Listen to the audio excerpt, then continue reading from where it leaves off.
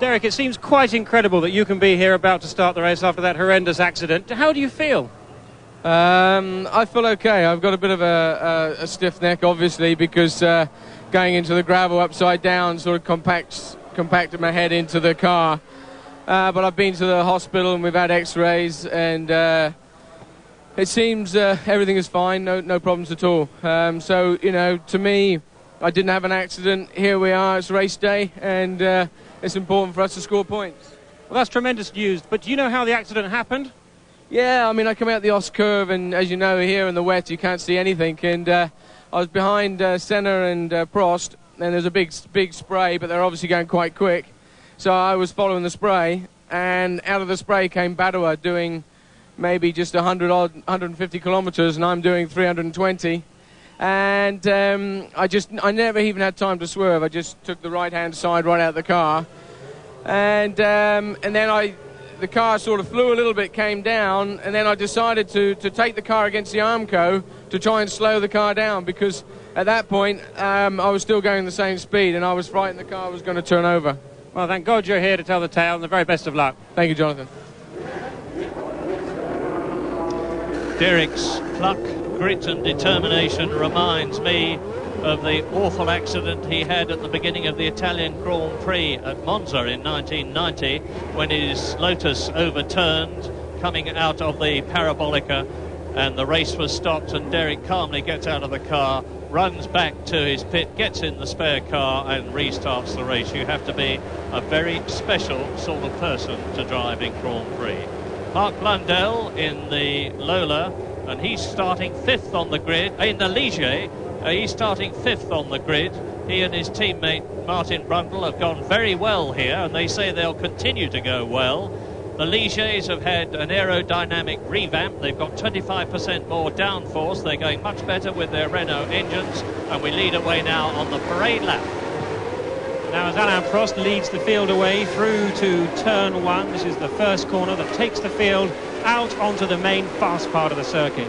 The circuit here at Hockenheim has its own unique character. It has this stadium section, you can see the backdrop with the amphitheatre of grandstands there, but that takes just half a mile. Now you can see them going out towards the first chicane. Now once the race is underway, they'll be doing some 210, 212 miles an hour as they accelerate up. That is the maximum speed towards the first chicane. Then it's hard on the brakes. They'll be braking from 212 there down to 60 miles an hour for that chicane, second gear, punching out of the corner again, accelerating up to the second of these 3 legs on this fast outback section of the circuit. Up this time, not quite so fast, to about 200 miles an hour before the Ost curve chicane. The Ost curve chicane has been modified several times since it was first made, in fact some 5 or 7 years ago, and now it has a surface change there. You can just see the cars over that bump. That's been causing the drivers some problems as we watch Schumacher go through. Out of the Ost curve chicane up to 200 miles an hour for the 3rd straight blind, and as they approach the 3rd chicane, this is the chicane in fact that we saw Derek Warwick launching his car over. It was also the chicane in fact that Berger had a big accident in qualifying. He got out unharmed as they go through that one there, and we're now actually, that is the Ost curve chicane with the back end of the field that we're just following through. The circuit's quite bumpy. You can see that surface change there actually again where they've modified the Ost curve chicane. That's causing the cars problems. The light area on the left is the gravel trap, and you can see the dense forests each side. Now those are the forests that trap the water vapor. If it rains and the spray comes off those tyres, that causes a real problem because there's no wind that can get at the spray, and it hovers there. So they've come out of that. That's the 3rd chicane there. That was where we saw Derek Warwick go upside down, as we actually see Suzuki go in now to the stadium section. He's peeling in there. That is a 140 mile an hour corner in 4th gear. The 3rd chicane incidentally is a similar sort of speed, right down to 2nd gear to Sachs curve. This is where Damon Hill had his little incident this morning, spinning off into that gravel trap, around through the left, the right, through the 2 Opel curves, which lead on to the start-finish line, where we shall soon be seeing the field close up to take the start. And we're looking back now from one of the Williams cars. To be honest, I don't know at the moment whether it is Prost's or Hill's, but the significant thing about the German Grand Prix is that Benetton and McLaren and they're both using the Ford Series 7 engine here today, have closed the performance gap with the Williams-Renault. Both Michael Schumacher, who starts third on the grid, and Ayrton Senna, who is fourth, qualified less than a second slower than Alain Prost and Damon Hill. So we're very optimistic about seeing a good, tight, close race today. And this is a circuit where the drivers are flat out for 70% of the race. It's an engine breaker, and it's very demanding indeed. Although the race is only going to last about an hour and 20 minutes, I will be very surprised if more than half of them finish. So watch for the lights. 45 laps, up to 7 seconds after the red, the green.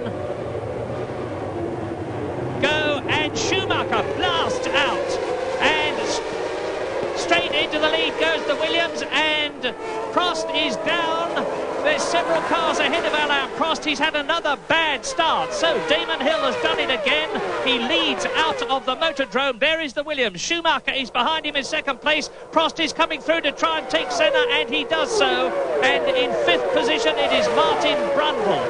So, Hill leads, Schumacher second, Senna and Prost going into the chicane together.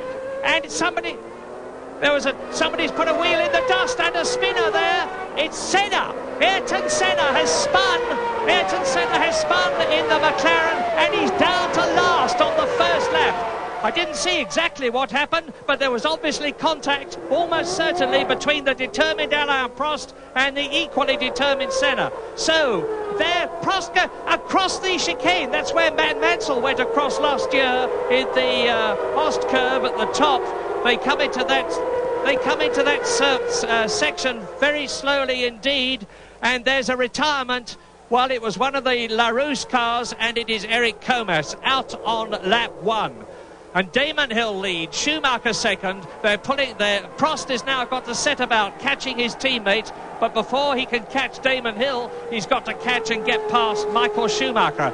And Schumacher has probably got half a second a lap, adrenaline charge. Look at the German flags waving in the background, and this is only the first lap out of 45, and I remind you that Michael Schumacher is in the spare Benetton, not the car he intended to drive. A testimony to his skill and determination. So, lap 1 completed. Hill, Schumacher, Alain Prost coming towards us. Behind him, Martin Brundle is fourth in the Ligier. His teammate Blundell is fifth. Patrese is sixth.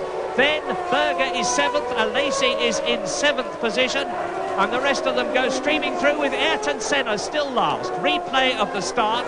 Schumacher goes for it. Yes, we can see Schumacher there making a great start from the third row, getting ahead of the Williams. Senna actually managing to get on the inside there, I think, of Prost going through turn 1. So as they go out now onto the main straight, which will probably leave the start soon. But what was interesting on that is clearly Senna's got a lot of work to do now. Prost used his power advantage to come alongside Senna on that long drag up to the first chicane. Senna, though, was going to try and muscle his way round the outside, and I just saw a puff of dust as Senna tried to go around the outside of Prost into that first chicane. He got two wheels on the curb. It was a manoeuvre that is very much in Senna's style, but on this occasion he did not get away with it, ended up losing control of the car and giving himself a lot of work to do now. And you saw he's already passed the Lolas of Alboreto and Bader, and I think we're now going to see some vintage Grand Prix racing from one of the finest of all time, coming up from last on the completion of the first lap to where at the end? Well, I would be sure that he'll be in the points if he finishes, but meantime it is still Schumacher there in the Benetton Forward on lap 2. He's into the Motordrome now, round the Sachs curve into the Opel curve, which leads to the completion of the lap when he goes round this right-handed section now. He's up into sixth gear, doing about 170 miles an hour. The gap between Hill and Schumacher on lap 1 was exactly 1.97 seconds, and it's now 3.2 seconds. So Damon Hill is pulling away, and I'm glad to say that Michael Andretti is now. There is Michael Andretti is going strong.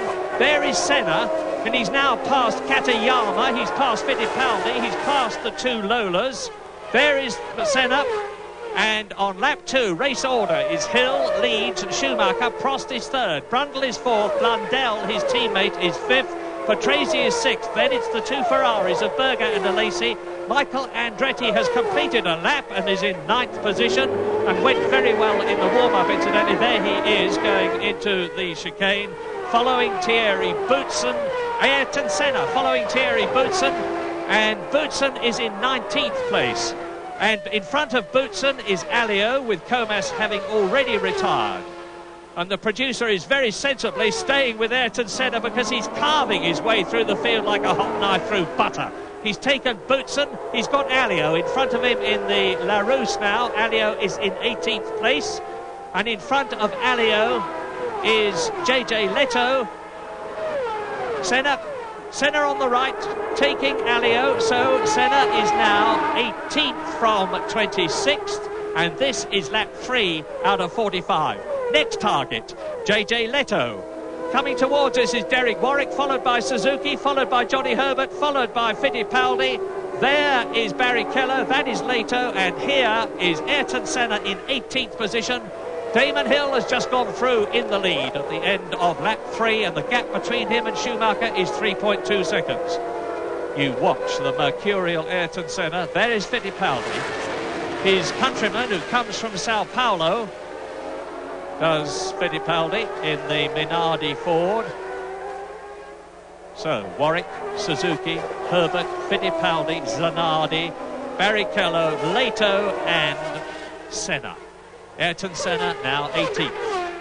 And look, he's got to cut his way past all these drivers. He will do it, of course. There's absolutely no doubt about that.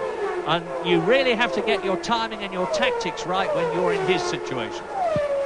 Yes, here at Hockenheim is one of those rare circuits where slipstreaming and overtaking really are a relatively easy thing to do. As we see Senna there, slipstream, he got the toe on the Sauber, came alongside and managed to outbrake him into that first chicane.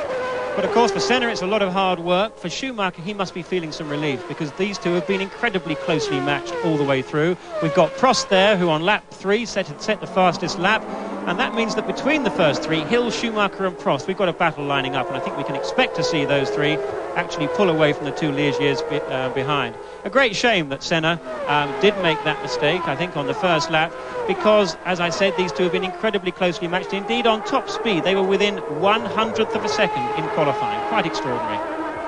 Senna has passed Leto. He's chasing another countryman, also from Sao Paulo, Rubens Barrichello, in the Jordan Hart, and Barrichello is in 16th position.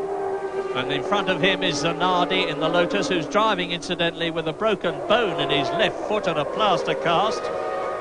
Senna challenging Barrichello. Now, Barrichello is not going to give way willingly. He will know that it's Senna behind him, because it's a very distinctive shape and colour is the McLaren Ford.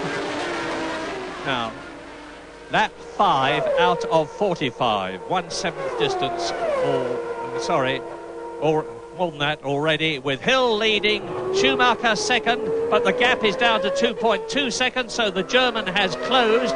Prost is third, just 1 second behind Schumacher.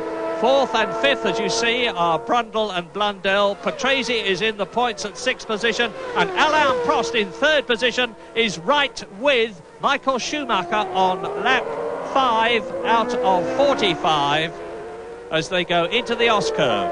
That is the top part of this circuit, and this is where Prost will be able to use the power advantage of the Renault engine.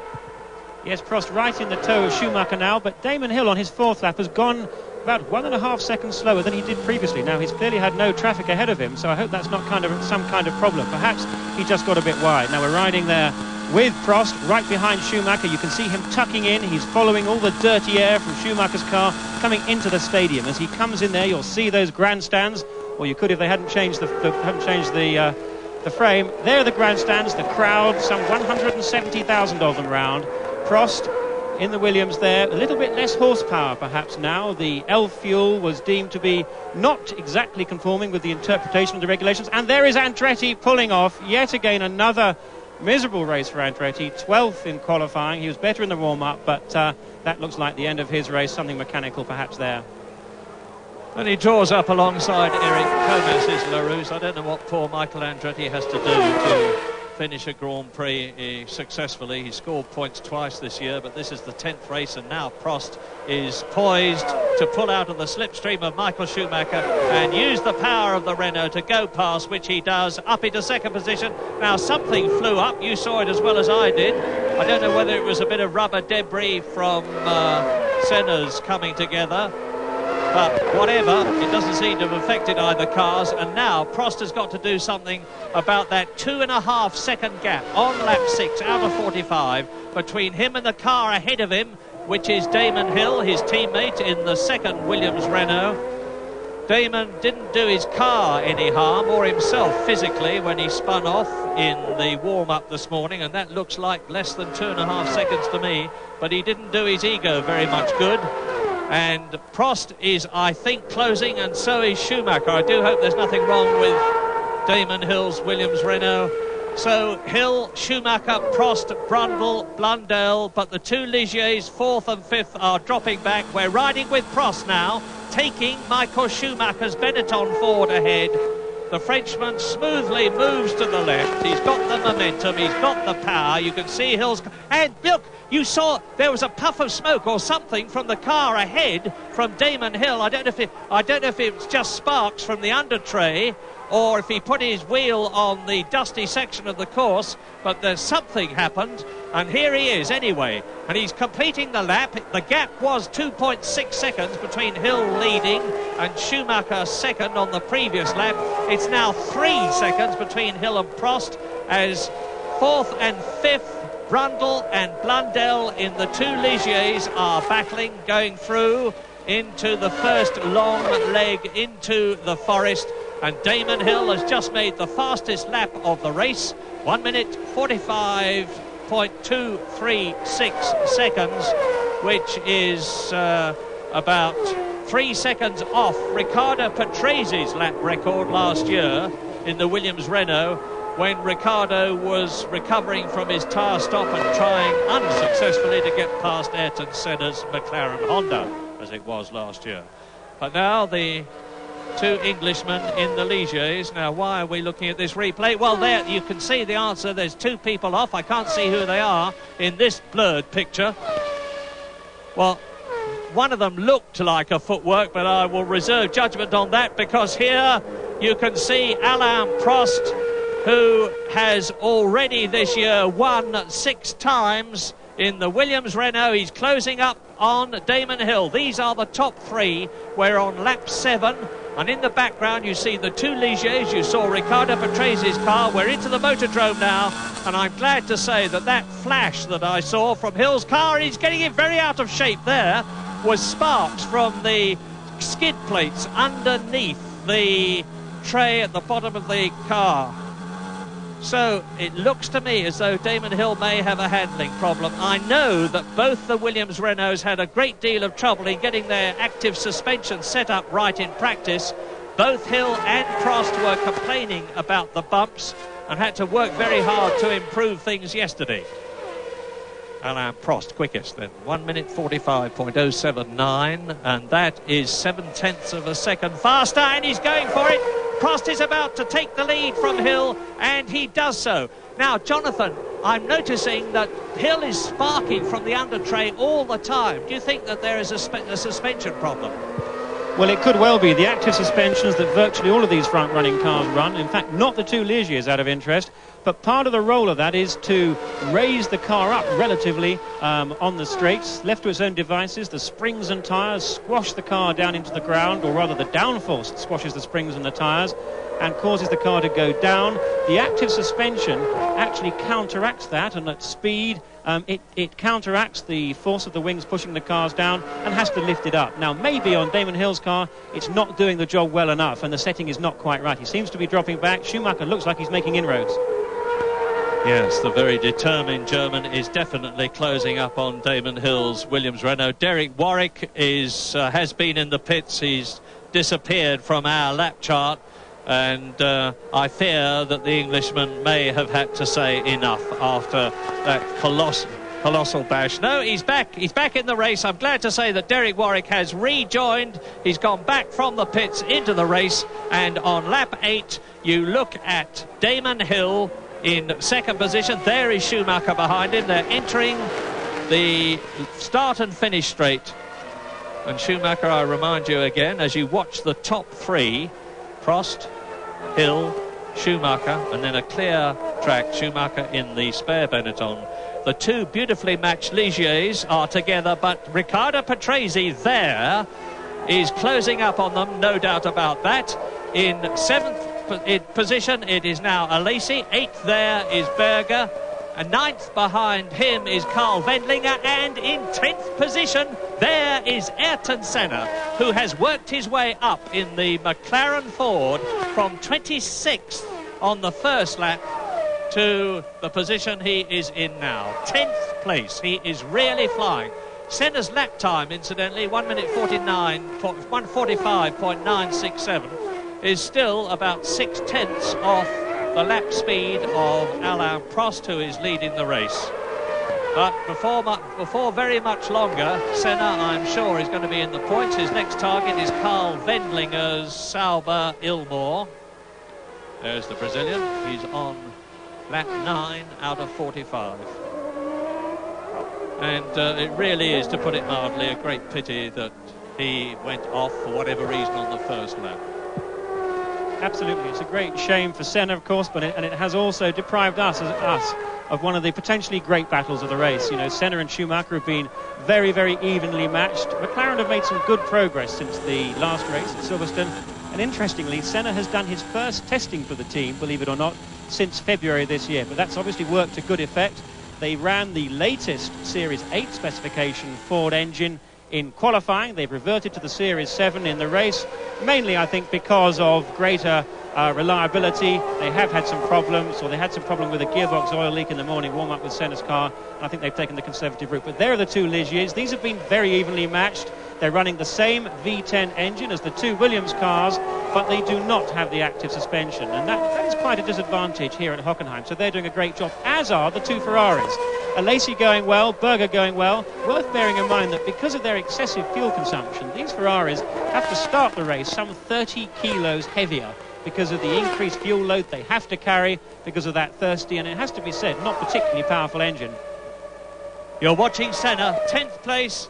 The footwork comes into the pits again. I suspect it's Suzuki. Derek Warwick's been into the pits. You remember I said I couldn't identify the cars that went off. Well, one of them was certainly Derek Warwick's footwork, and he had damage to his car. And it looks as though Suzuki has been given a stop-go 10-second penalty for some reason. And it also looks to me as though Damon Hill has got the bit between his teeth, has taken a deep breath, is charging, and he is now only 0.8 of a second behind Alain Prost, and the gap earlier on was 1.5 seconds. Now, there is Hill.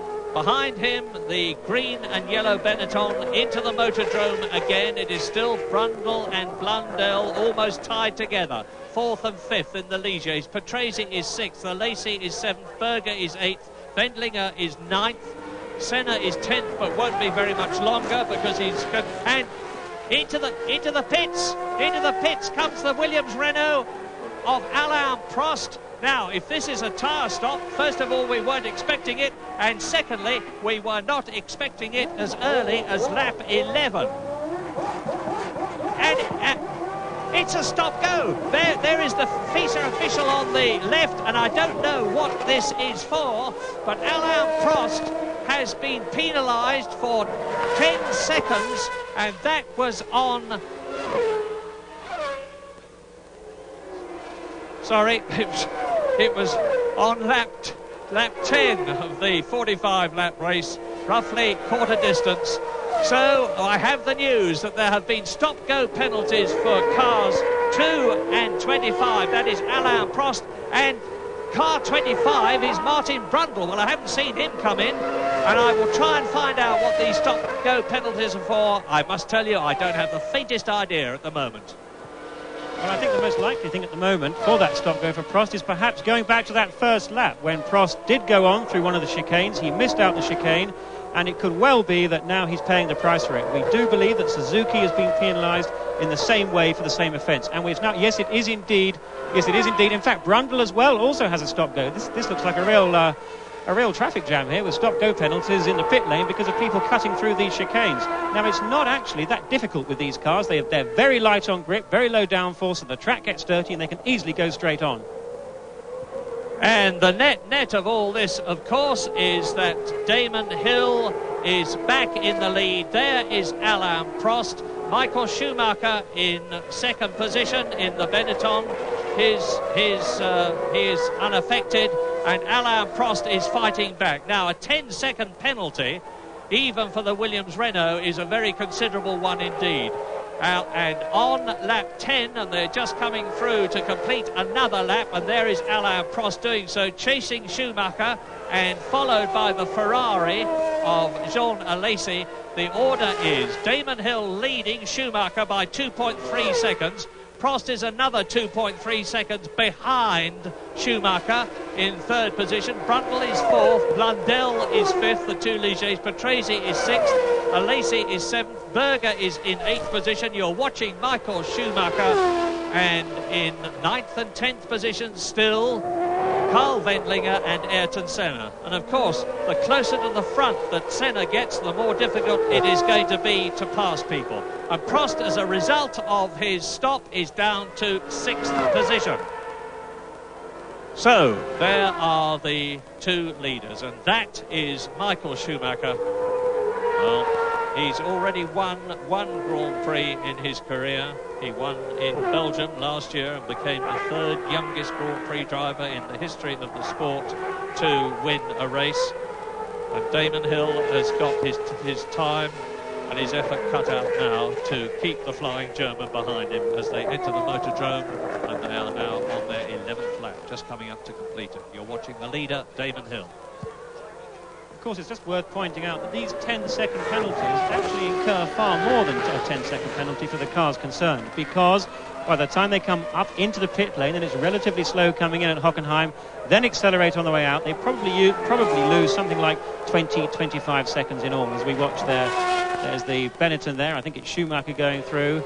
Schumacher was in scintillating form in qualifying. He set his time, third fastest time for the grid in the dying minutes of yesterday's session. And he really drove that car around like a rally car.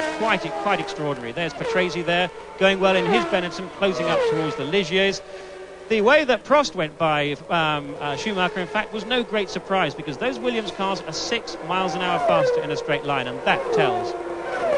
Now, the metaphorical dust seems to have settled after Suzuki's stop, after the stop of Alain Prost, and after the stop of Martin Brundle. And you're watching now the Benetton of Riccardo Patrese and Alain Prost, and the race order is there after 12 laps. As you can see, Hill 3.5 seconds ahead of Schumacher. Mark Blundell has moved up into third position with Riccardo Patrese in fourth place. That is Alain Prost in fifth position. In sixth position is Jean Alesi, and here they come. Now, Blundell, Schumacher, Prost, Ligier, Benetton, Williams, followed by the Ferrari, and we are on lap 12.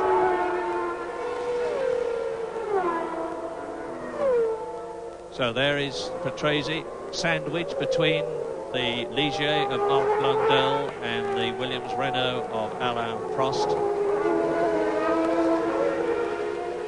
And Mark Blundell is having a terrific German Grand Prix already. He's had one third position already this year in South Africa.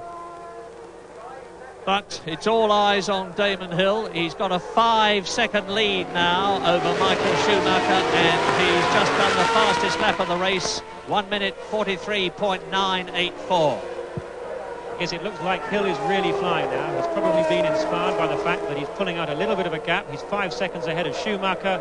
He's not got Prost breathing down his neck, and that will allow him to concentrate on being smooth and quick and not having to defend his line. And that's always nice for a driver, to be out in front, not having to be too worried about what's going on. Now, in fact, interestingly here, Williams on this circuit, which is very hard on brakes. It's hard on engines, hard on brakes. And there's Alesi in for the first, looks like the first tyre stop, unless they're taking the back off the engine there, although it looks like there's not a tyre stop. There's more to it than that.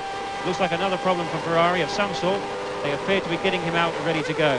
But hard on brakes here, and Williams, incidentally, are running effectively a powered brake system. It's part of the ABS. They're not actually running ABS here, but they do have some power assistance, and that makes them unique, and that will certainly help the heavy brake pedal loads that everybody will be feeling. Now, subject to confirmation from a picture, I think Ayrton Senna is in the points, because there he is. He's right behind Jean Alesi. He's past Gerhard Berger. No, he's one place off the points, because Jean Alesi is in 6th position, and Senna, who was 26th on the first lap, is 7th at the moment. And you're going to see the difference now between the 5-valve Ferrari V12 engine and the Ford V8, because Ferrari have decided in the race not to use the newer 4-valve engine that they've been using in practice. And Jean Alesi is fighting now to hold his 1 point position, 6th place in the race. We're on lap 15. Hill is pulling away from Schumacher. It's now 6 seconds, with the Englishman lapping consistently faster than Michael Schumacher in 2nd place. And as you watch Alesi and Senna, and as you watch the Ferrari of Gerhard Berger, who is in 6th position, they're a long way now behind Riccardo Patrese, some 9 seconds, and Patrese is in 5th place. Prost is in 4th position. Blundell is 3rd. Schumacher is in 2nd place, and of course Damon Hill is leading. So now you can see why Hockenheim is an engine breaker. I said earlier on that the drivers are flat out for 70% of the lap, compared with Monaco, where they're about 45% of the lap flat out. That's Damon Hill. Now look back, and you should see Michael Schumacher's green and yellow Benetton appear into the picture out of the chicane. There it is. The next one you will see is the blue car of Mark Blundell. Well, you may not actually, because he's now 13 seconds behind Michael Schumacher. Blundell 3rd, Prost 4th, Patrese 5th, Berger 6th, Senna 7th, by passing Carl Wendlinger 8th. Herbert is 9th, Fittipaldi is 10th, and Martin Brundle is down into 11th place as a result of that 10-second stop. On the left of that graphic is the throttle pedal position of Michael Schumacher's foot. In the middle you see the speed in kilometres an hour, and the gear is the single figure underneath, and the revs on the right. So 12,000, 13,000, and the revs pitching up and down all the time. And Schumacher is dropping back all the time. Hill's just gone. Oh! Schumacher locks up Hill as he goes into the Ost curve. The new configuration of the Ost curve is really catching people out. It caught Mansell out last year when he actually went off the course and across a bit of the old course for a few yards before he rejoined, chasing Ayrton Senna, and Michael Schumacher nearly did that then. He's pushing terribly hard in 2nd place and won't have done his tyres any good at all. There is Alain Prost in 4th position. In 3rd position, because he's got ahead of Mark Blundell, so Prost is up to 3rd. Blundell is 4th. Behind him, Patrese is 5th position. We're on lap 16 out of 45. There's still a long way to go. Well, Prost. This is a mark of the determination of Alain Prost. Just watch his smooth driving, because he's fought back from that 10-second penalty. He's up into 3rd position, but he's got a long way to go before he catches Michael Schumacher. But Riccardo Patrese in 5th position is gaining on Mark Blundell. So Williams-Renault leads, Benetton Ford in 2nd position, Mark Prost in the Williams is 3rd, Blundell is 4th in the Ligier, then Patrese. And Hill is now 12 seconds ahead of Schumacher. The Benetton into the pits and out just 6.1 seconds. And I'm very surprised that Schumacher has come in.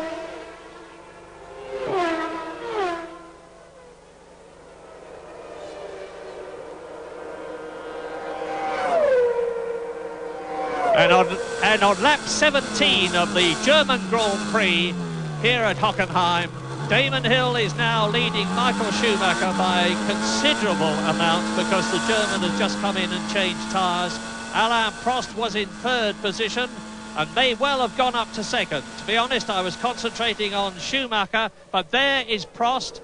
Blundell is still carrying on well in the points in the Ligier ahead of Riccardo Patrese, Gerhard Berger. Ayrton Senna is challenging for 6th position in the points, having gone down to 26th position on the first lap. And Alain Prost is showing his quality. So the two Benettons are together behind Prost and behind his teammate Damon Hill. The German Grand Prix is well and truly on now. There is Blundell in third position. Michael Schumacher in fourth position, just ahead of Riccardo Patrese, who is fifth, as Damon Hill comes up to lap Aguri Suzuki.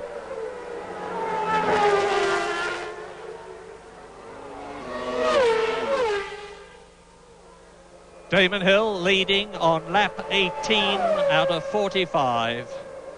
And the Englishman in the Williams Renault that everybody in Britain I know will be hoping last better than it did in the British Grand Prix when Damon Hill lost that lead on lap 42 and his chance of his first Grand Prix victory.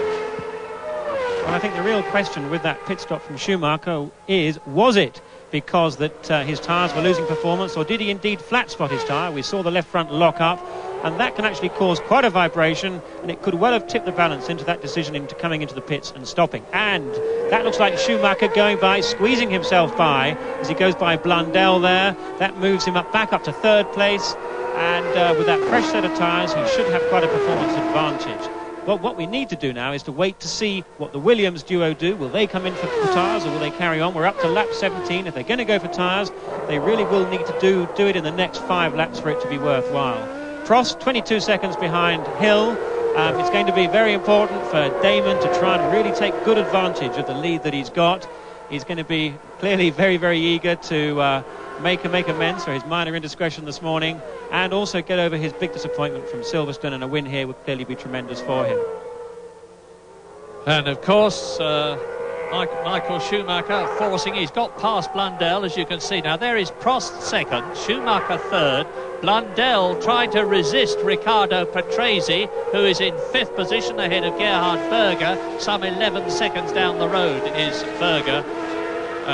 Damon Hill well away now on lap 19 out of 45, and because there's a long gap before we wait for the second place man to come through out of the right-hander, across the marks on the road, which are of course the starting grid pattern. Alain Prost is 21 seconds now on lap 19. We're getting on towards half distance, and 21 seconds is an enormous gap. Now, you are watching the Ferrari and Ayrton Senna. As towards us comes Gerhard Berger. He is in 6th position. Senna behind him is in 7th place. And the Austrian is staving off his ex-teammate, because for 3 years they were in the McLaren team together. And Gerhard Berger, who went off very badly indeed yesterday in practice in the Ferrari and destroyed it, as a result of which he's in the spare car today. Looks as though he's about to lose 6th position to Ayrton Senna, who forces his way up the inside, but the right-hander is Gerhard Berger's, the left-hander is still his, and the right, because he got the right line entering the chicane, and he's still 6th. Yes, Senna clearly exercising a bit more caution on that particular lap through the chicane than he did when he tried to go around the outside of Prost. Clearly Berger doing a very good job staving off. Oh, Senna slid, then he locked up the back end. We saw the car get a bit out of shape.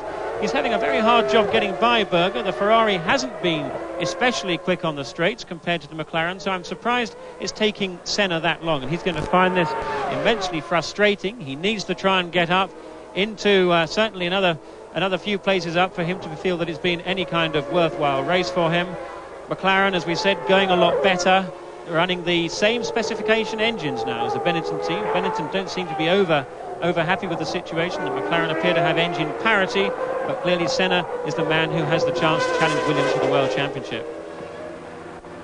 Into the motordrome. Now this is the left-hander, the Sachs curve. It's a second gear corner. They take it at about 70 miles an hour, accelerate up into third, and about 100 miles an hour for the Opel curve. And Gerhard Berger has certainly got the performance here. Now, this is where Ayrton Senna on the previous lap closed up, as into the pits comes Patrese in the Benetton from 5th position, and Patrese going to exit from 5th at about the same time as Berger 6th and Senna 7th go into turn 1. Well, now there is Patrese. I saw a flash of a car behind him, but they've gone through. So, up into Patrese's 5th position has gone Gerhard Berger, which means to say that Senna is in the points. Down to 7th place has gone Riccardo Patrese. Here is the battle between the Ferrari of Austrian Gerhard Berger and his friend and ex-teammate Ayrton Senna, now for 5th place. Now, as we watch that battle, look in the background for the Lotus of Johnny Herbert. He's actually lapping very quickly indeed. He's lapping faster than Berger, faster than Senna, and he's closing that gap, which really would be tremendous for him. The Lotus, of course, going well. We should just see it. I think we just missed it. The Lotus going well at Silverstone, not being too good here in qualifying, but nevertheless making up an advantage from Berger holding up Senna. There's the Lotus there. Let's just watch. He's now 5 seconds behind. Damon Hill has gone through to his 21st lap. He's approaching half distance in the 45-lap German Grand Prix. You will remember that the gap between himself and Alain Prost in 2nd place was 21 seconds. The Frenchman just goes past now. It's still just a whisker under 21 seconds, and Prost may have lapped a fraction quicker than Damon Hill, but he hasn't cut into his lead very much. Schumacher is only 3.5 seconds in 3rd place behind Prost. Mark Blundell is still 4th, and this, Berger and Senna, is the battle for 5th position. And into the pits comes Ayrton Senna.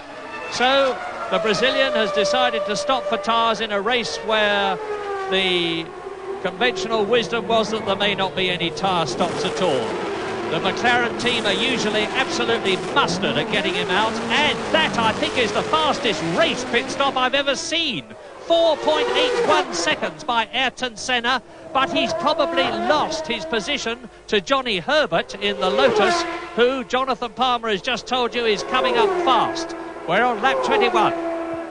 That was wonderful choreography there from those McLaren mechanics. 4.8, absolutely superb. And there's Patrese going off. Patrese's had an off, and that's with his new tyres on. Herbert now trying to capitalise on it, take advantage of it.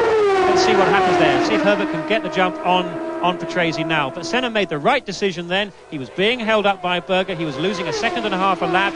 And we can tell you too that Schumacher actually has set the fastest lap now, 43.3, faster than the 2 Williams cars on his new rubber. And I suspect that'll mean that Williams will react to that by bringing their cars into the pits.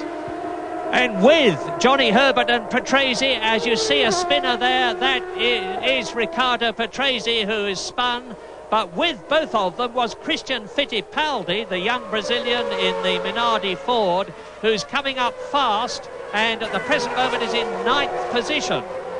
So, race order now is Hill leading, Prost 2nd, Schumacher 3rd, Blundell 4th, Berger 5th, Ayrton Senna in 6th position, Riccardo Patrese battling with Herbert and Fittipaldi behind Ayrton Senna. And what is often a processional German Grand Prix is proving to be anything but here. And I'm looking too to see where Martin Brundle is. He's only in 18th position, as a matter of fact. He's been lapped. You see him there. He's in the background. He's been lapped by Alain Prost, who is in 2nd position, 20 seconds behind Damon Hill. Lap 22. This is the half-distance lap. Hill is leading, Prost is 2nd, Schumacher is 3 seconds behind Prost in 3rd place, Blundell is 4th, Berger is 5th, Patrese is in 6th position.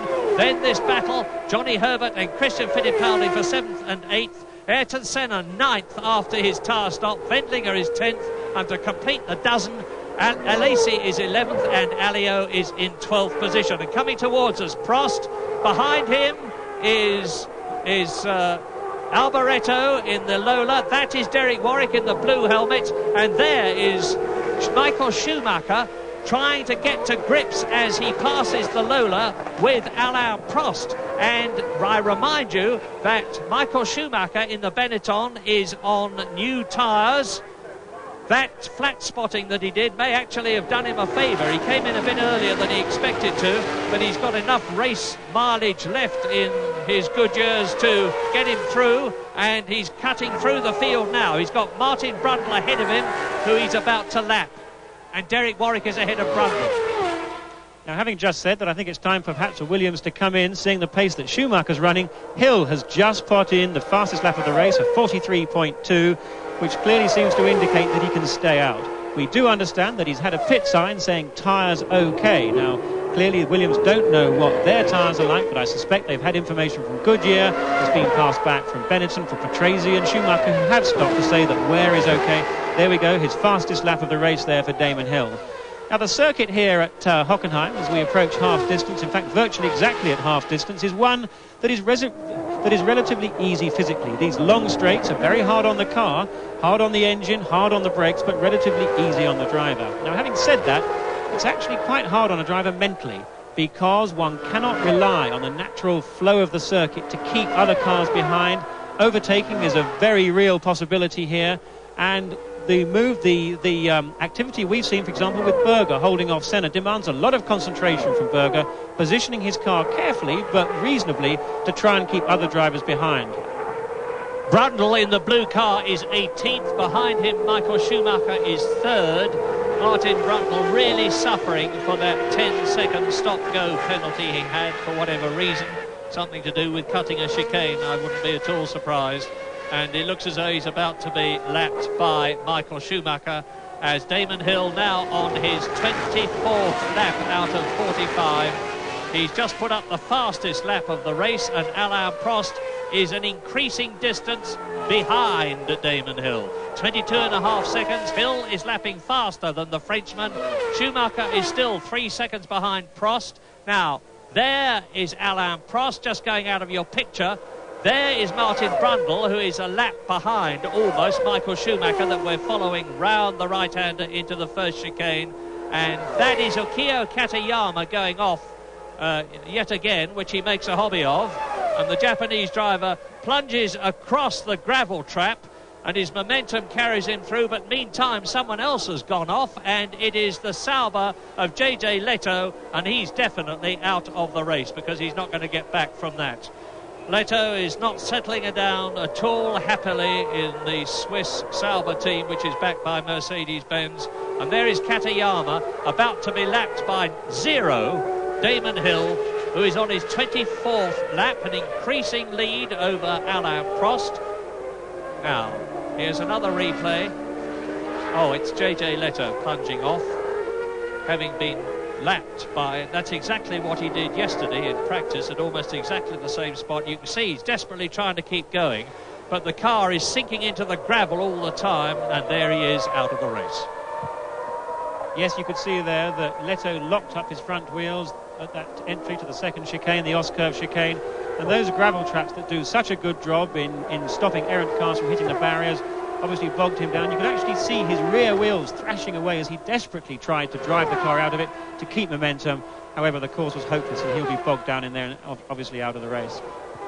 Now, you're watching Ayrton Senna after his pit stop. He's in 7th place. Behind him is Johnny Herbert. There is the Lotus in the background in 8th position. Ahead of Senna, this car, is Riccardo Patrese, who is in 6th place. There's Senna. Behind her, Senna is Herbert. Behind Herbert, driving a superb race, and you've got to expect this now, is young Christian Fittipaldi, the nephew of Emerson Fittipaldi, who is leading the Indy Championship in America. And Ayrton Senna does not seem to be making any impression at the present moment on Riccardo Patrese's Benetton, which is in 6th place, the last car in the points. Hill now 21.5 seconds ahead of Alain Prost. Schumacher still 3 seconds behind, and Schumacher can't get past Martin Brundle. There's Schumacher. That's Martin Brundle ahead of him, who is 17th. Almost 4.3 miles behind, effectively, Michael Schumacher, as you watch Mark Blundell challenging Gerhard Berger now for 4th position. Hill leads, Prost 2nd, Schumacher 3rd, Berger is in 4th place, there he is, and behind him Mark Blundell in the Ligier Renault 5th, and going beautifully.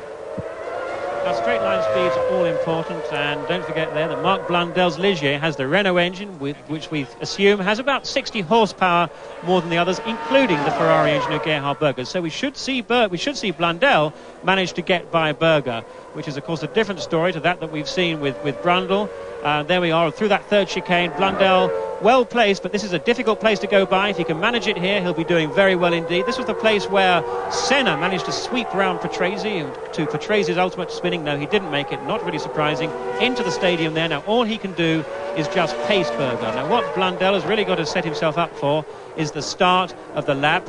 As they go through the stadium section, he's got to be right on his tail so that as they go out on the long drag, pulling up to that 212 mile an hour top speed, that he'll be in good shape to slipstream by. He should be able to do it. With that horsepower advantage, he's got about a 4 or 5 mile an hour straight line advantage. There we can see it closing. Now let's just watch through that turn 1, 130 miles an hour, fourth gear, up through the semi-automatic box. Berger got wide. Now he's got his chance. Now he must get by now. Berger got wide. He threw some sparks up from those curbs. Berger trying to squeeze him a bit, but giving him a bit of room. No, he should be about by. Now, unless Blundell breaks too early, he's got the inside line for the chicane. He really ought to get through. Berger's not going to give up, though. Berger is not giving up. But, no, that was very nice driving. Good driving there. Berger tries to look round the outside, but really he can do nothing about it. Blundell is through and on his way.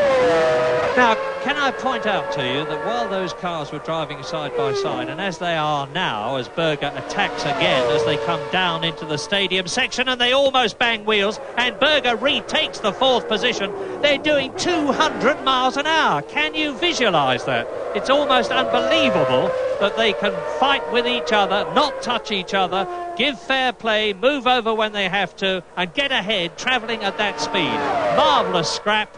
Gerhard Berger is fourth, Mark Blundell is fifth. Behind them, Riccardo Patrese is closing up a bit because these two are tending to get in each other's way. Riccardo Patrese, you'll see his car next. There it is in the background in sixth position, as again Mark Blundell tries for fourth.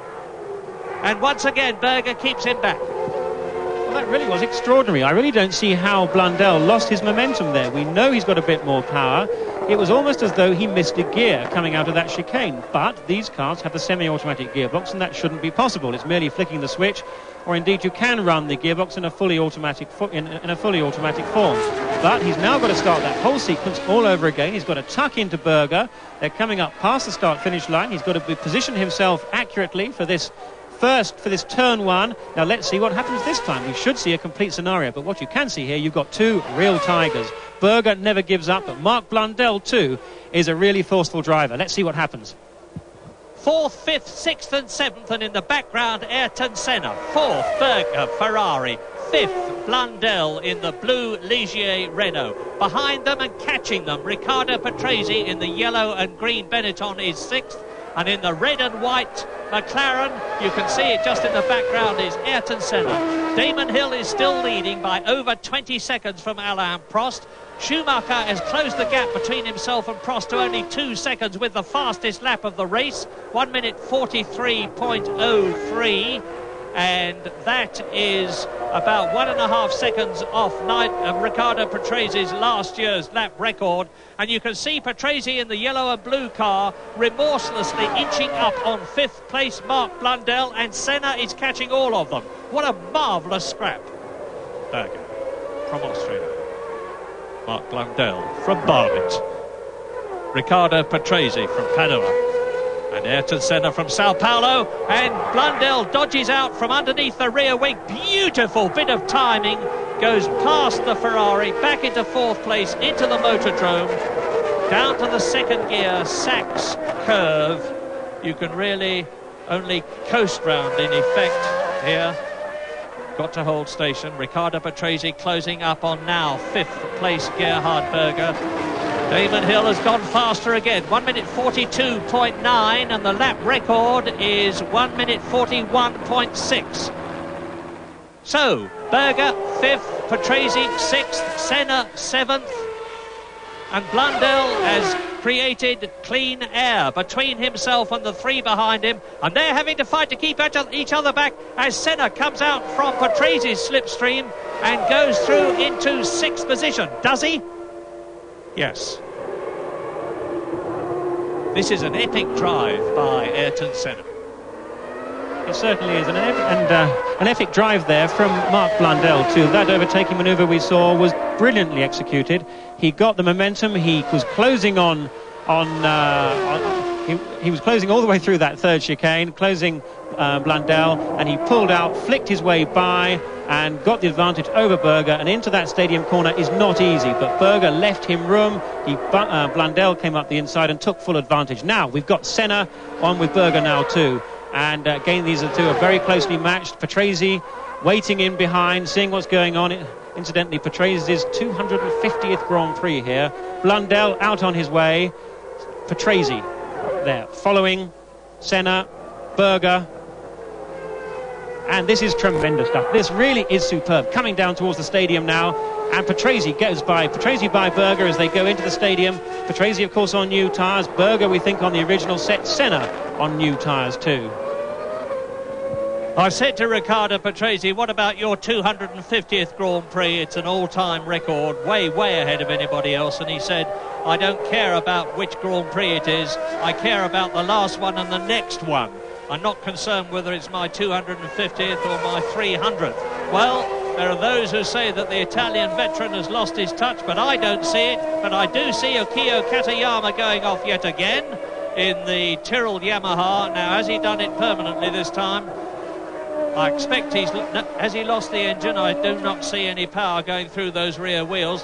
And here is Damon Hill on lap 29 out of 45, coming up to 2/3 distance, and he's maintaining seemingly quite easily his 22nd lead over Alain Prost, and he has just lapped Rubens Barrichello in the Jordan, and Barrichello is in 12th place. So Hill leading by a long way. Barrichello in 12th position, lapped.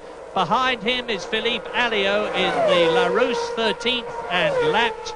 Alain Prost is still 20 seconds behind.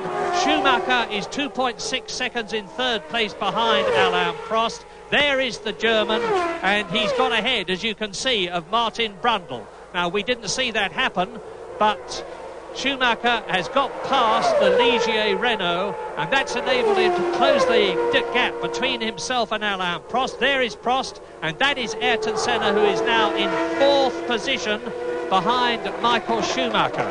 A quite incredible drive by 3 times world champion Ayrton Senna, because it bears repeating that he's come up from 26th on lap 1 to 4th position on now lap 30, or it will be when he crosses the line very shortly. And you can see the mass grandstands in the back. There's 100,000 spectators seated around the Motordrome section of Hockenheim. There's another 70,000 spread out, and Mark Blundell is being caught by Ayrton Senna. Mark Blundell is 4th. There is Senna in 5th place, ahead of Riccardo Patrese. Hill is on lap 30, still 20 seconds ahead of Prost. And the Ford V8 engine, which McLaren took this year after losing the Honda V12 at the end of 1992, has served them extremely well, because Ayrton Senna has already won 3 Grand Prix this year against expectations in Brazil, at Donington and Monaco. There's Blundell. Now he's got a fight on his hands, to put it mildly. You can see Senna. Now, where is he gaining his time? Well, I'm sure Senna is gaining generally around the circuit, because don't forget, Senna is on the new tyres. Blundell on his original set. Blundell's got the speed advantage. He's going to have about a 5 miles an hour advantage on Senna on the straights, nevertheless. And we're going to see some great racing from these two. Don't forget, actually, Blundell was one of the McLaren test drivers last year, so Senna knows him well. He has a lot of respect for him. But Senna's closing. He's closing at about the rate of half a second a lap. And we should see within perhaps another couple of laps, these two closely locked in battle. Meanwhile, at the front, we've got Damon Hill. Prost is actually turning up the wick, and that looks like one of the Tyrrells. There's Katayama pulling off there. Obviously, he did get going from that spin, but not to much avail. But back at the front, we've got Prost turning up the wick now. He's lapping a little bit faster than Hill. He's set the fastest race lap so far of a 42.7. Hill still 20 seconds ahead. Prost just 3 seconds ahead of Schumacher, who's also going well. And I think the real source of interest now is, can Hill stay out on that set of tyres? If he can, I really do think he's looking in very good shape, because we have a mere 15 laps to go now. For Prost to pull in 1.5 seconds a lap looks pretty impossible for me. So I think that providing that set of tyres on Hill's Williams can last the distance, then I think he's going to be in very good shape indeed. And at this stage of the race, I am not saying anything at all about Damon Hill, except that he's leading on lap 32, having just lapped in 1 minute 43.2, which is about half a second off the fastest lap that we have had. And I'm still waiting for Alain Prost. As I say it, he goes through, and the gap may have been reduced a bit, but on lap 32 it's still nearly 20 seconds, although Prost has just made the fastest lap of the race, 1 minute 42.5, which is exactly a second off the lap record. Schumacher is now 4 seconds behind Prost, so Prost, in increasing his speed, is not only slightly catching Damon Hill, but has eased away a bit from Michael Schumacher in third position. Then that terrific scrap, Ayrton Senna now up into fourth position in the McLaren Ford. Fifth position, he's still chasing Mark Blundell. I'm a bit ahead of myself there. And in sixth place, Riccardo Patrese, followed by Berger. Herbert is in eighth position. Fittipaldi is in ninth position. And there is Karl Wendlinger, the Austrian driver in the Sauber. And he is chasing Alesi, who is in 10th place, as we see again Ayrton Senna and Blundell.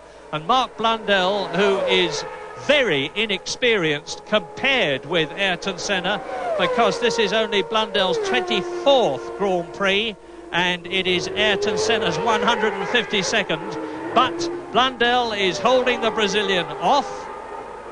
Blundell in the Ligier, and there in the background you see Riccardo Patrese, 6th place, Berger 7th, Herbert 8th, Fittipaldi 9th, Jean Alesi in 10th position, and we're on lap 33. There's just 12 laps to go.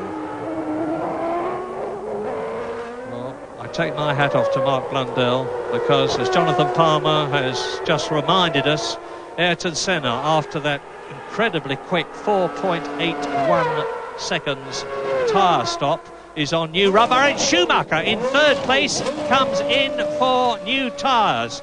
Now, he should be able to get out well before the battle for fourth position. In fact, he has, because he was a long way sprinting out of the pit lane now, rejoining the circuit on the exit from the motordrome to the first leg up to chicane 1. And Michael Schumacher exits, having taken on fresh tyres. Now, he may well have decided that he was not making up any time on Alain Prost ahead of him, and it would be worth his time at this stage of the race to take on new tyres in the hope that they would give him the extra speed. I'd be surprised, Mario, actually, on that, because Schumacher did, after all, come in for that admittedly early pit stop. Therefore, he was on his second set. We've got Hill and Prost still on their first set. So to think that it was worthwhile stopping once again does seem rather extraordinary to me. But nevertheless, I think it's more likely that he had some kind of problem. Maybe he had a blister. Maybe the tyres were vibrating. We know he's in the spare car. He's perhaps not as happy. I suspect he will not be as happy with the handling of his car as he would have done had he been in his original race car. Just watching the cars now at high speed, it's worth pointing out that this year the cars are about 5 miles an hour, between 3 and 5 miles an hour faster by virtue of those narrower tyres. The track, if you remember from the beginning of the year, is 6 inches narrower this year. The tyres are 3 inches narrower each side, and that's paying dividends because the cars are faster in a straight line. Of course, this time last year we had some rather special fuels in Formula One that was subsequently banned at the next race at Hungary. So the power output is actually less with the cars now than it was this race last year. Now, while you watch Schumacher, I will tell you that Alain Prost is charging. He's just gone round a second quicker than Damon Hill. And although the gap is still 17 seconds between race leader Damon Hill, as you watch Schumacher, and Alain Prost, we're on lap 34 in this 45-lap race, and if Prost keeps up this pace, he's going to be mighty close to Damon Hill at the end of the race. But on lap 34, Hill leads Prost by 17 seconds. Prost is now 22 seconds ahead of Michael Schumacher in third place. We're waiting for Ayrton Senna to come past, or Mark Blundell. Well, we'll see. It's Mark Blundell, and he is 2 seconds ahead of Ayrton Senna, so Blundell is still fourth, holding off the Brazilian. Riccardo Patrese is 6 seconds behind Senna. Patrese is sixth. You're looking at Schumacher, who is in third position. And then in seventh place it is Gerhard Berger. Eighth is Johnny Herbert. Ninth is Christian Fittipaldi. 10th is Alesi. 11th is Wendlinger. 12th is Barrichello, who has been lapped. So Damon Hill has lapped everybody up to Carl Wendlinger in the Sauber, who is in 11th place. As you watch alone on the circuit, Michael Schumacher. In the background is the Jordan of Thierry Boutsen, who is in 15th position and has been lapped, of course. This is a slow motion shot of Michael Schumacher. Gives you an idea of how stiff the active suspension on his Benetton Ford is as he gets the wheel up on the curve. Now he's coming through to complete his 35th lap. 10 laps to go. Damon Hill leading by 16 seconds, but Prost is definitely lapping a second faster. He's in amongst traffic here. There's Damon Hill behind Christian Fittipaldi and ahead of Carl Wendlinger. And Christian Fittipaldi in the Minardi is in 10th position. So Hill is now lapping 10th place man. He has already lapped Carl Wendlinger. And Damon Hill, of course, in getting past these people is making things difficult for Prost, who is behind him, and he has got to lap them as well. And I just saw a Ferrari going through the picture there. That is Johnny Herbert, followed by Jean Alesi. Johnny Herbert, who is in 8th position. Jean Alesi, who is in 9th. And Wendlinger scrapping with Fittipaldi. Wendlinger goes up to 10th place in the Sauber, ahead of the white Minardi there of Christian Fittipaldi. So there's a lot of scraps all down the field, and the gap between Damon Hill now and Alain Prost is 16 seconds. Schumacher is 22 seconds now behind Alain Prost. And that is Fittipaldi, slow motion, Damon Hill behind him. That is Wendlinger, number 29. 21 is the Lola of Italian veteran Michele Alboreto, as they roll their way in slow motion through the chicane. And Alain Prost goes through. He's still quicker, lap after lap now. He's gone round 2 seconds quicker than Damon Hill on this lap. And on lap 36 out of 45, the gap is down to 14 seconds.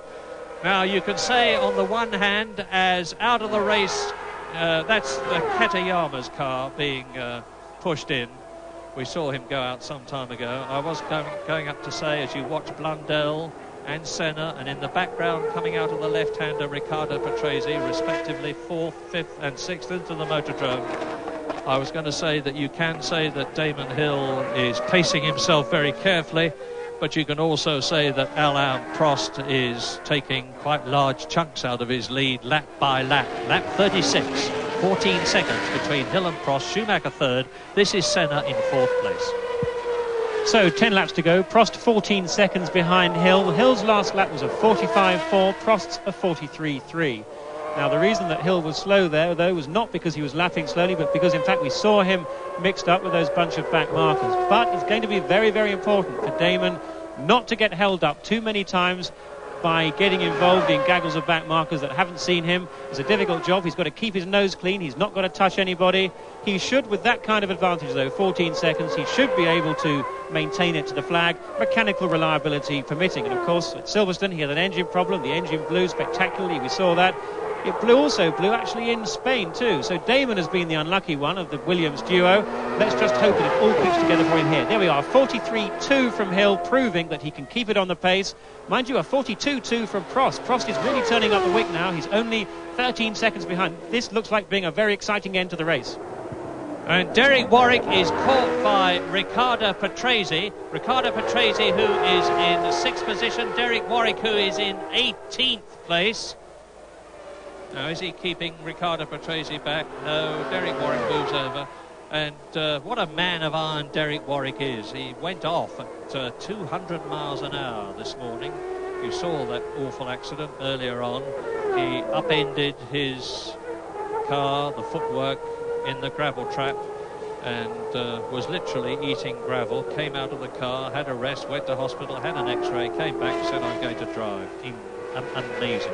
Ricardo Patrese then, 6th position, goes into the left-hander at the Sachs curve in the Motordrome, watched by 100,000 Germans. Now the right-hander at the Opel curve, which he completes, and into the start and finish straight in this right-hander here, and that will be to complete his 36th lap in 6th place in the points. As you watch now, Damon Hill, and he's coming up to lap, it looks like, Sandro Zanardi in the 2nd Lotus. And Hill, it's Johnny Herbert, my apologies, spotted the Lotus, and Hill comes up behind him, and he's going to lap him as they go out of the Motordrome. And behind now then Damon Hill, Johnny Herbert 8th and Lacey 9th, you can see them. So this is the race leader. He has lapped the battle for 8th position, which is being waged by Johnny Herbert, and there is the Ferrari of Jean Alesi. And Senna comes through to lap Christian Fittipaldi, which Mark Blundell has already done. Mark Blundell driving the race of his life. You may say that the race of his life was the 3rd place that he had in South Africa, but he hadn't got the pressure there that he has now, and to be able to keep behind him 3 times world champion Ayrton Senna, who has won 39 Grand Prix in his life, is a superb achievement. And Ligier, who were taken over by a new owner at the beginning of this year, set themselves a World Championship points target of 30 points for the whole season. They got 15 at the half distance point, and it looks as though they're going to get more in this race, with Blundell still in 4th place into lap 38 ahead of Senna. Yes, Ligier came in for a fair bit of criticism from the French press over the winter for taking 2 British drivers, but I'm sure there is little question now that that decision has been vindicated. They are one of the few teams to really make dramatic strides of progress, and a consequence, I'm in no doubt, of the good work, the great work, in fact, that Mark Blundell and Martin Brundle have done there. Senna following. It's going to be very hard, you know, for Senna to actually catch up, and certainly to overtake the Ligier with its performance advantage. But at the front, thinking of Renault engines, Damon Hill now 12.5 seconds ahead. He's still looking reasonably comfortable. But of course, it's great to see Williams racing here at all, because a week ago, that really did look in question. In the wake of the FISA decision, we had active suspension, traction control, semi-automatic gearboxes, all apparently being banned for this race at Hockenheim. Fortunately, sanity ruled last Thursday, and these devices were all allowed to run, not just for this race, but for the remainder of the season. That was the only really sane decision. But there are going to be new regulations formulated in the next couple of weeks. And I think there's little doubt we're going to see passive cars, i.e. without active suspension, without traction control, and that has to be good news, but possibly with semi-automatic gearboxes for 1994. We're on lap 39 out of 45. Prost is continuing to lap a second faster than Damon Hill. The gap is down to 11.8 seconds now, so it's getting closer and closer. Michael Schumacher, that you watch, you will just have seen, has gone round in 1 minute 41.8, and that is only 0.2 of a second off last year's lap record by Ricardo Patrese in the Williams Renault, using wider tyres, better fuel and greater downforce, which meant to say that he had a quicker car. So Michael Schumacher on his third set of tyres, he stopped twice, is really flying now. I have to say, I don't think he's got a hope of catching Prost. He's some 20 seconds behind him, but he is lapping 1.2 seconds faster than Prost. Now coming towards us is Michele Alboreto, who looks as though he's going to finish a Grand Prix in the Lola Ferrari. The Italian, who's driven for Ferrari himself, has had a couple of 11th places this year, but that's all. And still, Blundell is ahead of Senna. Blundell 4th, Senna 5th. Hill leads. Prost is in 2nd position. In 3rd place, it's still Schumacher. 6th behind Senna is Patrese. 7th is Berger. 8th is a Lacey, who has now got ahead of Johnny Herbert, and they've both been lapped. 10th is Wendlinger, 11th is Fittipaldi, in 12th place is Martin Brundle, who is making no progress at all through the field, and I therefore suspect he's got some kind of a car problem. Senna, 5th place behind Mark Blundell, into the Motordrome again. And the leaders, with Damon Hill some 12 seconds to the nearest whole second, are now on their 40th lap, as is Michael Schumacher, and they're all lapping within a few tenths of each other. And Mark Blundell is being held now. It's a Jordan, is it Boutsen, or is it Barrichello? Can't see it from the stance of the driver. It's Thierry Boutsen, but he's held Mark Blundell up a bit. Mark Blundell gets the Jordan Hart between himself and the McLaren, and if Boutsen held up Mark Blundell, he's not going to make things any easier for Ayrton Senna, which will help Mark Blundell. The leaders are on lap 40, as I said. Hill is now lapping faster than Alain Prost. They're on lap 41 now, and Senna charges. He gets past Thierry Boutsen on braking as they go into the chicane, and in doing so his momentum has carried him up closer to Mark Blundell's Ligier in 4th place. And Damon Hill has extended the gap. He's lapped nearly half a second faster than Alain Prost. He's on lap 41. It's a 45-lap race. Williams-Renault leads Damon Hill. Williams-Renault second, Alain Prost. Benetton Ford third, Michael Schumacher, 17 seconds behind Prost and lapping faster than ever, 1 minute 41.86. That's 2/10 of a second, as I said, off the lap record. Into the Motordrome again come Blundell and Senna, and this is the fastest man in the German Grand Prix at the moment, who's maintaining his record of appearing on rostrum after rostrum this year. Now, there is Johnny Herbert being caught by Alain Prost. Herbert, who is in 9th place, is going to be lapped by Prost as they go as they come out of the chicane, rather. But I was talking about Schumacher, and he's already had 3 second places this year, 3 third places, and Herbert moves over, lets Prost through. Herbert's having his own battle, of course, with Carl Wendlinger for 9th position and holding it. Now, this should have helped Damon Hill. The gap was 12.3 seconds at the end of lap 40. And Damon Hill has just gone through. Now, remember that, 12.3 seconds. I'm waiting for Alain Prost. The seconds are ticking away. The Frenchman exits the right-hander down the start, and it's 13.4 seconds. So Damon Hill, taking advantage of the traffic, he's now on his 42nd lap out of 45 in the German Grand Prix, and he is 13.5 seconds ahead of Alain Prost. It certainly looks like another Williams 1-2. Yes, I think so now. With that kind of lead, just 4 laps to go, 13 seconds is very comfortable indeed. And I can't see anything that Prost can do now to close that gap or get anywhere near it. Still seems to be something of a mystery as to why Schumacher made that second pit stop for his 3rd set of tyres. Maybe he had a problem that we didn't know about, but it does seem that Williams' strategy on tyres has worked this time. The Williams car, despite being the fastest car on the circuit, is actually relatively easy on the tyres. By having that performance advantage, they can keep the car slightly, very, very slightly within the limit, and that's enabled them to run through the race on 1 set of tyres. Of course, Az actually has Berger there, that Damon is just looking for a way round. He looks comfortable now, but the guy who is flying is Martin Brundle, and Senna is in the pits. Senna's in the pits. He's got the, it looks like maybe another set of tyres. Yes, another set of tyres on, and even better. That looked even better than the 4.8 seconds that he had before. So, Senna being held up by Blundell, potentially nothing to lose. I'm not sure as he goes out, but Martin Brundle is actually 11th place now, just 2 seconds behind Wendlinger and closing fast.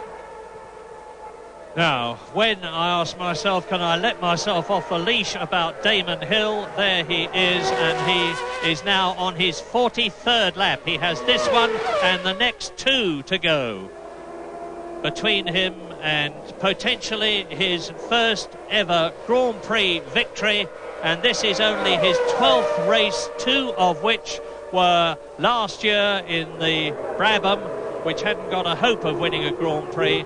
And since Damon came to drive for the Williams-Renault team, having been their tester, having driven in Formula 3000, having driven in Formula 3 and Formula Ford, and having been a motorcycle racing champion, Damon Hill has had 4 second places this year, and he has lapped Gerhard Berger, who behind him in the Ferrari is in 7th place.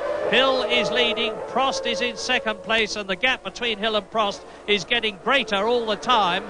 It's now 13.5 seconds. Schumacher is also 13.5 seconds behind Prost. You've seen Senna come in for a new set of tyres, so that will consolidate the 4th place of Mark Blundell, who goes through in the Ligier.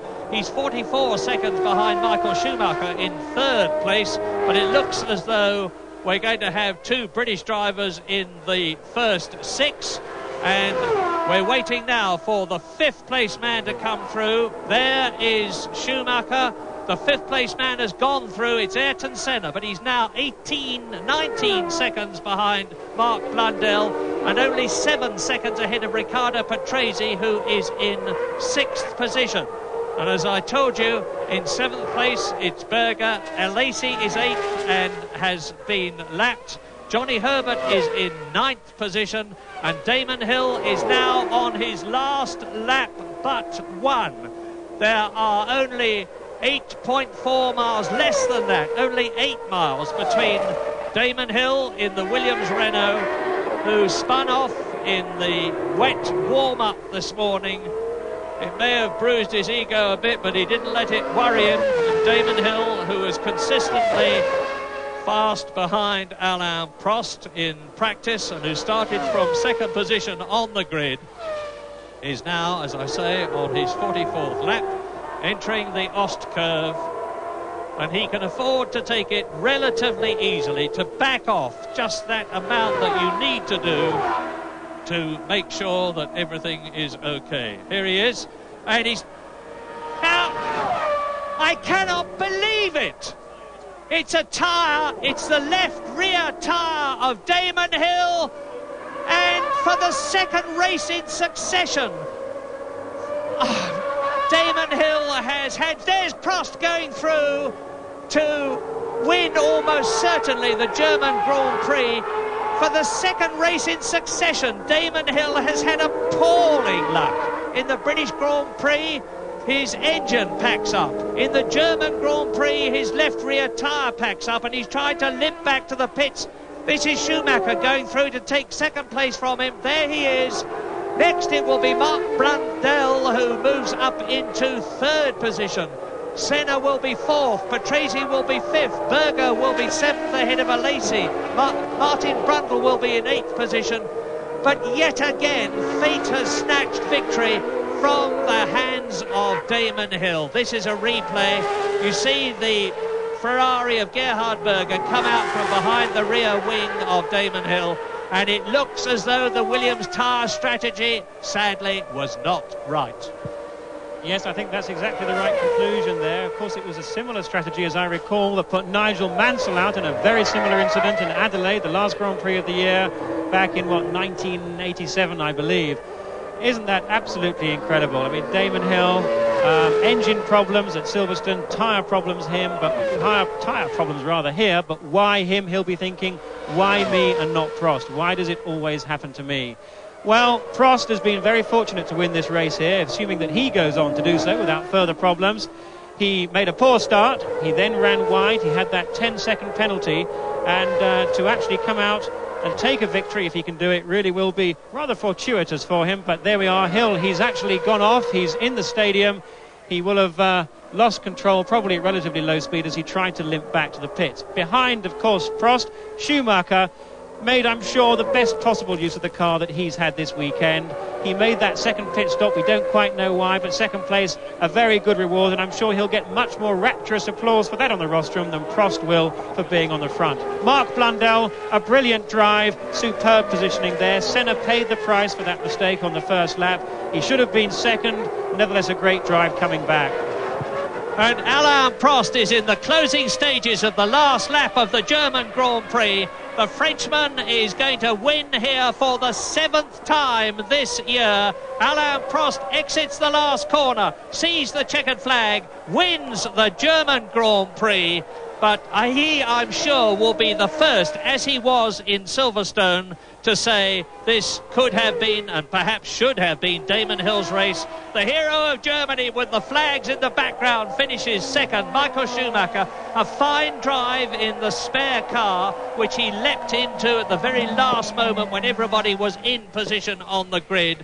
And so now, with a Williams Renault having won, a Benetton Ford having finished second, we wait for Mark Blundell to come home in third position. And Schumacher is waiting for, I suspect, a German flag to be given to him. Yes, that's it, so that he can parade it before his joyous countrymen as Mark Blundell exits the motordrome at the end of lap 45 in the German Grand Prix to take his third position this year, to give Ligier another 4 points by beating Ayrton Senna.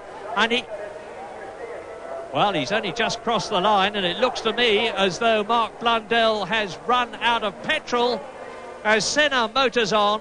Well, Blundell finishes third, 8 seconds, nearly 9 seconds ahead of Ayrton Senna. So it's a Williams, the winner, a Benetton second, a Ligier third, a McLaren in fourth place. A long gap now before the fifth place man comes home, and it's Riccardo Patrese. He has done so. So Benetton again have got 2 cars home in the points in the top 6 places. Gerhard Berger in the Ferrari gets only his second points finish of the year for 6th place, ahead of his teammate Lacey. Both the Ferraris have finished, and that's very unusual this year. And Martin Brundle, 8th for Ligier, a lap down ahead of Carl Wendlinger, Johnny Herbert 10th, Christian Fittipaldi 11th, Philippe Alliot 12th position in the Larousse. And poor Damon Hill is classified 15th, 2 laps down, which will be absolutely no consolation to him at all. Well, Jonathan, Damon had the jinx strike again. Lap 42 at Silverstone, and the same lap here, actually. It's not his lucky number, and he really deserved that race.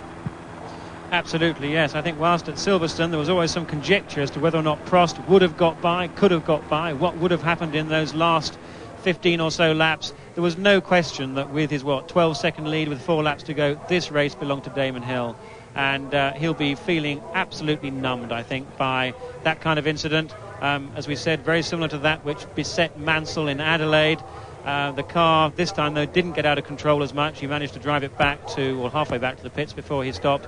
Really tremendously disappointing there, and perhaps for 2 races on the road now, Damon is really going to be able to, or is really going to begin to wonder if he's got a real luck problem there. But nevertheless, I'm sure it'll come right. This race is still relatively young for him, or his career is young, let's put it like that. He's got many more races yet, and the important thing is that he has proven here today that he's got the ability to win Grand Prix and quite probably win World Championships, and that should maintain him his seat with Williams next year. Well, very happy Michael Schumacher. He's got nothing to be ashamed of. He started the race in the spare car. He's had to change tyres twice, and he's still finished in second place. And the German is only 24 years old. This was only his 32nd Grand Prix, and he's very much a superstar of today and a world champion of tomorrow. I have absolutely no doubt of that at all. But Alain Prost, if my maths are right, is now 27 points ahead of Ayrton Senna in the World Championship, and looking more and more like a world champion for the 4th time. And as you see, Michael Schumacher has moved closer to Ayrton Senna. He's now 14 points behind him, and he was 17 points behind him when this race began. And Johnny Herbert still up there in the points all on the championship, although sadly he didn't score any in this race. But again, the German Grand Prix, round 10 of the 16-round World Championship of 1993, won by Alain Prost, and that was his 7th victory this year on his return to Grand Prix racing after having had to take an enforced sabbatical last year. Michael Schumacher, you're looking at the World Championship points now, and as a result of the Williams-Renault success, the fact that Andretti is out means that they're even further ahead of Williams in the Constructors' Championship than they were before. You're looking at the Parc Fermé, where the cars are assembled at the end of the race for the scrutineer to look at them, Charlie Whiting. Prost has won, then Michael Schumacher finishes second again, and that is the 4th time this year. Mark Blundell, a superb 3rd place for Ligier. Ayrton Senna had to admit defeat, but finished in 4th place, ahead of Riccardo Patrese 5th and Gerhard Berger in 6th place. Martin Brundle in 8th place, Johnny Herbert in 10th position, and Derek Warwick a non-finisher after his appalling crash this morning. So, an exciting, eventful German Grand Prix, which is not what you always get here at Hockenheim. Schumacher climbs the stairs in his yellow overalls behind Alain Prost, who is very definitely the man of the day in Germany at Hockenheim, the winner of the German Grand Prix, the man who receives the award, the man who is about to spray the champagne. And we'll see those celebrations in Sunday. Delight. Alain Prost sort of shrugs and says, well, you know, today I was lucky. And my teammate Damon Hill, for the 2nd time, was extremely unlucky.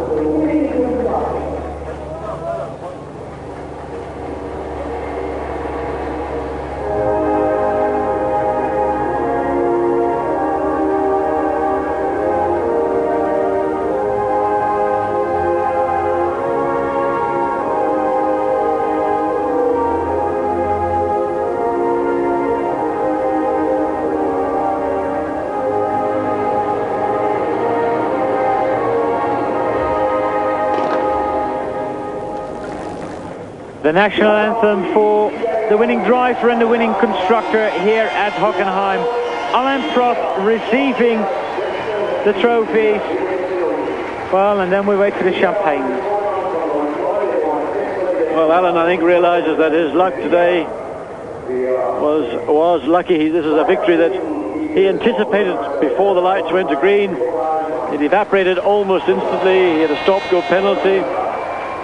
But there he is on the podium again. But Michael Schumacher displaying the kind of enjoyment, satisfaction and pleasure that we have come to expect. Every time he's on the podium, it's like the first time. The joy is literally unbounded. And of course, the thousands, hundreds of thousands of Rennfahrer fans here at Hockenheim. And there as he raises his trophy above his head, the roar goes up all around the stadium here in Hockenheim.